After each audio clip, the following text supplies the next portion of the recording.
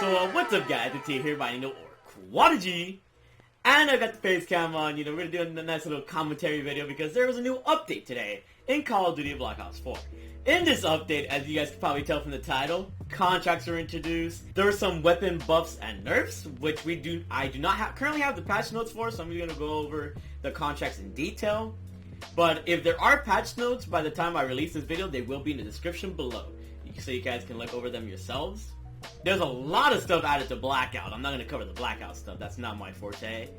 But more importantly, Hacienda Twilight was also added to the game. And my number one tip when you play Hacienda today and you manage to get the Twilight version, put that brightness up to 100, man. Because I've seen a lot of people on Twitter complaining about how dark it is. You got to put that thing on 100%. But without further ado, we got the contracts. They have been anticipated for the last, 2 months or so? Last month or so, pretty much. And people have wanted them in the game to, hopefully get more loot in the game, get more reserves. Is it effective? Is it good? And I will pretty much answer that in this video. First, and most importantly, everybody's contracts is different. I like that. I'm going to say to Treyarch that I'm going to give them a thumbs up for that, because back in World War II, everybody would have the same contracts. And when you have a contract that says, get 50 kills with fire shotguns, everybody, or most lobbies, would be running that fire shotgun, and it would be an annoying day to play Call of Duty during that day. So, I'm glad they decided to switch it up from the World War II style, where everybody has different contracts. Everybody kind of gets surprised every day. The contracts also rotate daily. Every single contract in the game. All 28 contracts are going to be different every day. So, if there's something today that you don't like and you don't want to complete, then, wait until tomorrow to see if that contract is a better refreshment, if anything. So, props to Treyarch for that. I think making it so that everybody has different contracts prevents less overuse of certain weapons or certain ways to play. So, I think that's really smart, Props to Treyarch for that. I'm going to say that straight up. Now, the only thing I don't like about these contracts, for at least me personally, and I'm pretty sure for many other people, are the rewards. Some of the rewards, I guess you could say. For most of these contracts, you might be seeing it on screen right now. I think the rewards are pretty viable, at least to what the difficulty is. But there are certain challenges when it comes to these contracts where it doesn't line up with the reward.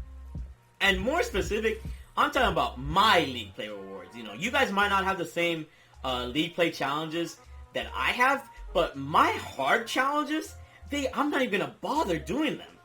One of them, as you guys can see, is get on a 4-win streak. Getting on a 4-win streak is not easy in League Play, but what do I get? 2,500 XP and 1 reserve case. Try! Not dupe protected. It doesn't include a 3-in-1 crate, that kind of reserve crate. It's just one item. I'm gonna grind 4 wins in a row on League Play, which could take me a couple of hours if I don't have the best teammates, or if we choke a game or something, just to get potentially, most likely, a duplicate. Doodle butter. An XP that I personally don't need because I'm a level 1000. So that challenge in itself, it needs to be reworked. There are a couple of other challenges that need to be a little bit, I guess, tiered up when it comes to rewards. They need to be given 3 or 5. For that one, I would say 5 reserve cases would be nice. Or if it's gonna be a couple of reserve cases, make them dupe protected or something. I'm definitely not gonna hop on League Play and try to get a 4-win streak for 1 case. You got me messed up, bro. That's just not it, kid. That's just not it. So, yeah, that's just one example. Leave me know in the comment section below right now. Type down in the comment section. If you have a challenge and the reward doesn't line up, let me know. Type down the challenge that you have and the reward that you have. I'm actually interested to see how many of these hard challenges do not give you enough of a reward. For me personally, a lot of these XP contracts, they're just not worth it for me because I'm level 1000. I don't need the XP, and it's very, very little XP. Obviously, if you're gonna grind the game out entirely, it's gonna be a lot of XP for you. Because, 5 of those contracts, that's pretty much 10,000 XP, 20,000 XP. That's half of a level, at least if you're past Master Prestige, which is not too bad. That's actually pretty good. If you do contracts across League Play and multiplayer, that could get you up 1 whole level. because they both give XP and reserve crates. So I'm definitely going to try to do some league play and some multiplayer. But when it comes to Blackout, some of these challenges are also really weird. Like, you have to get a double grenade kill in Blackout, that's pretty tough. I'm not sure if I'm gonna do that, and for the reward to get that, I don't think so. That's not gonna be worth it. So, in my opinion, the contracts themselves, the way they're introduced, I like the way they're introduced. You know, having them randomized for each individual. But what I don't like is the rewards. The rewards for some of these challenges just don't add up. They need to have a better way of introducing them, or at least at baseline, make the reserve cases dupe protected. I think that'd be like the best solution you can actually give. Make them all dupe protected. As for the XP rewards, like, at least for people that are level 1000, why can't you replace them with reserve cases?